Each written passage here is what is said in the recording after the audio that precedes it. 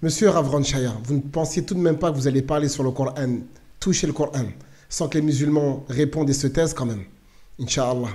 Mais avant de commencer la série de réfutations, on va simplement introduire le sujet, poser la base, le socle. Comment est-ce que Allah s'est-il adressé au peuple d'Israël dans le texte du Coran?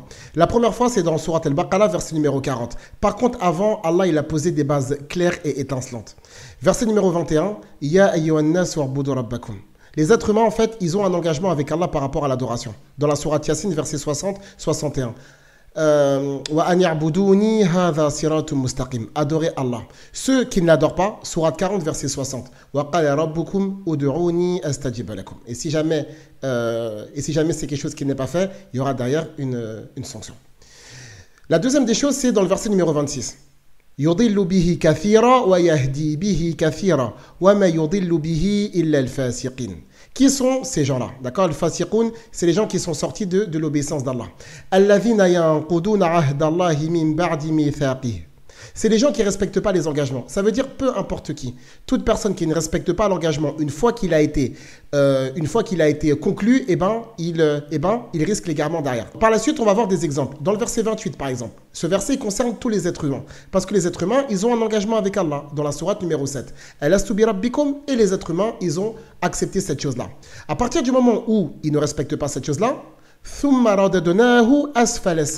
d'accord? Même si auparavant ils ont eu des mérites.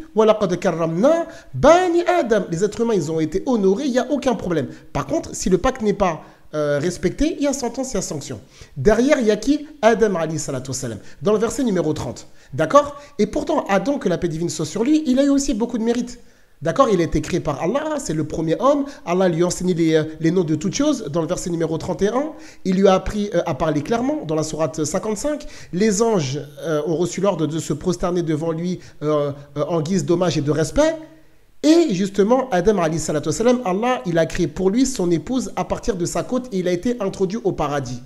Mais pourtant, Adam, il a désobéi. Et Adam, il avait un engagement. وَلَقَدْ عَهِدْنَا إِلَىٰ آدَمَ مِن قَبْلُ فَنَسِيَ. Donc Adam alayhi salatu wassalam, il a transgressé après avoir eu un pacte conclu avec Allah.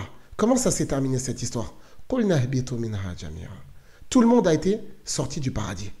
Alors que Adam alayhi salatu wassalam, il avait eu beaucoup d'honneur et beaucoup de privilèges. Juste après, dans le verset 38 et 39, Allah Azza wa Jal, il pose les règles. D'accord? En disant que ceux qui vont suivre les messagers, il n'y a pas de souci. Par contre, ceux qui vont mécroire, ils auront la sanction. Et juste après, pour la toute première fois dans le Coran, Allah Azza wa Jal va s'adresser aux enfants d'Israël. Avant de s'adresser au peuple juif, qu'est-ce qu'Allah nous dit? Dans le verset numéro 21, il y a un engagement. Si l'engagement n'est pas respecté, faites attention.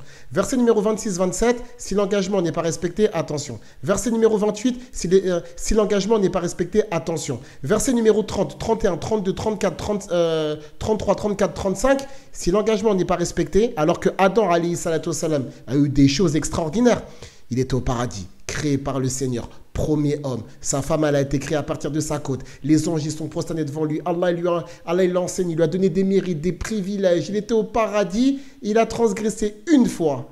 Il a été sorti.